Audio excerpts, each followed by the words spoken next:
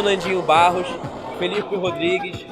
Acabamos de nos apresentar no Som da Cidade, que é um evento que valoriza a música instrumental, que é muito importante para nós músicos.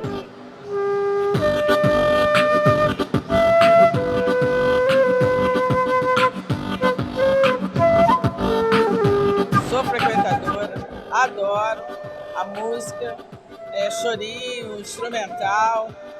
Onde estiver música, eu estou chegando. Foi maravilhoso e que continue.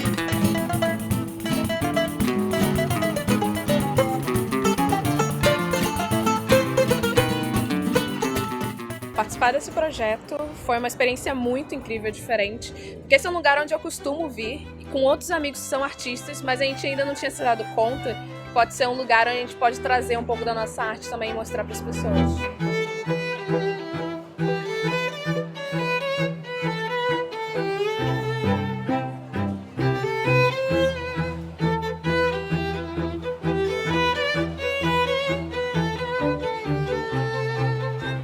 Olha, eu não tenho palavra para dizer para vocês o quanto eu estou emocionada com esse evento que eu vi aqui.